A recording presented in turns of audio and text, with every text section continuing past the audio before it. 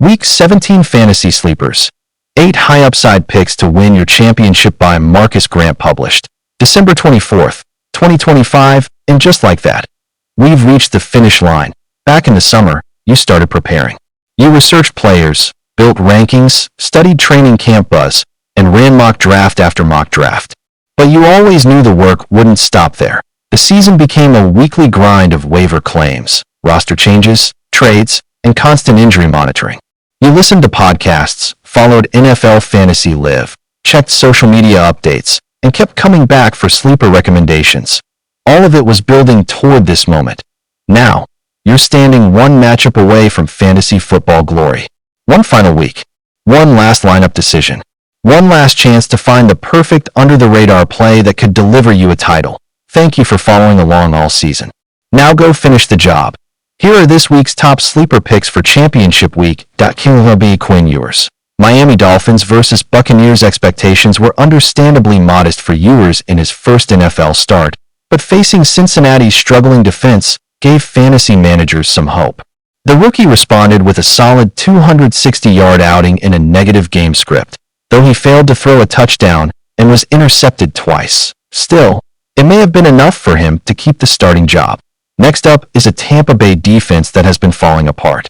The Buccaneers have dropped 6 of their last 8 games and have been consistently torched through the air. Quarterbacks have routinely posted strong fantasy numbers against them, making Ewers a viable QB2 option or an intriguing contrarian DFS play to running beast Michael Carter. Arizona Cardinals at Bengals. There were plenty of questions surrounding Carter heading into Week 16 after being named the starter following Bam Knight's injury. The results were underwhelming. Just 65 rushing yards and no receptions. The encouraging part is that Carter still played over half of Arizona's offensive snaps. If he continues to lead the backfield, he'll have flex value in a favorable matchup. Cincinnati's run defense has improved slightly, but it remains exploitable. Miami rushed for 129 yards against them last week. If Carter can contribute in the passing game, he carries a strong double-digit floor. Devin Singletary. New York Giants at Raiders. Singletary enjoyed a brief stretch of relevance when Tyrone Tracy Jr. was sidelined, but since Tracy's return, Singletary has slipped back into a secondary role that has limited his fantasy output, especially in a struggling Giants offense. However, Week 17 brings a softer matchup against Las Vegas. The Raiders have surrendered 8 rushing touchdowns to running backs over the past 5 games and face one of the league's highest opponent run rates. That volume gives both Tracy and Singletary DFS appeal in deeper formats. Konata Mumpfield. Los Angeles Rams at Falcons. The Rams have slowly expanded Mumpfield's role as the season has progressed, and with Davante Adams likely out this week, the rookie could see a significant bump in snaps and targets. Last week against Seattle, Mumpfield nearly doubled his season target total in one game.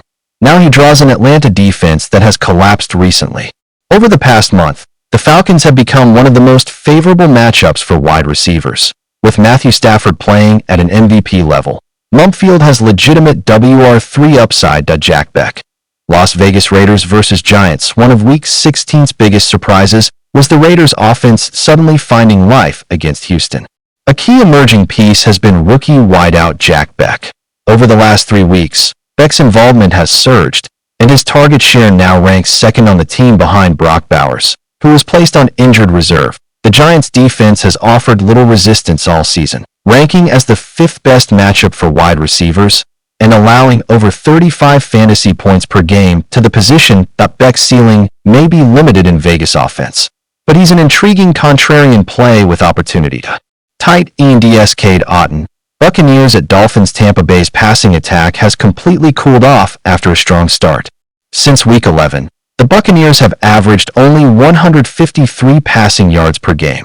Most of that production has gone directly to Mike Evans, leaving Otton largely forgotten. Since Week 11, he's totaled just 92 yards on 15 targets. Why is he a sleeper now? The matchup. Miami has been one of the most generous defenses against tight ends in 2025, allowing the 2nd most receptions and 3rd most receiving yards to the position. But if Baker Mayfield struggles to attack Miami's strong cornerbacks, Otton could become a key safety valve. Juwan Johnson. Saints at Titans. Welcome back. Juwan Johnson that he teased fantasy managers early with back-to-back strong outings, disappeared for weeks, then returned as a top 4 tight end from weeks 7 to 10. After another quiet stretch, he exploded again in week 16 with nearly 17 fantasy points. Now, he gets a Titans defense that has struggled mightily against tight ends all year. 7 different tight ends have finished inside the top 12 against Tennessee, including lesser-known names like Michael Mayer and Oron Gadsden too, but with limited receiving weapons in New Orleans. Johnson should see enough targets to be a strong streaming option facing New Orleans Saints D/ST at Titans late-season fantasy. Football often forces managers into unexpected decisions, and streaming the Saints defense in the championship might be one of them. New Orleans has been mostly average this year, but they've had occasional spike weeks, including last week's 19-point explosion against the Jets. That Tennessee's offense has improved under Cam Ward, but the Titans still allow sacks at an alarming rate. The Saints may not repeat last week's huge performance, but they offer a solid championship week streaming option for managers looking for one last edge. Marcus Grant is an NFL.com fantasy analyst who appreciates everyone who followed along this season.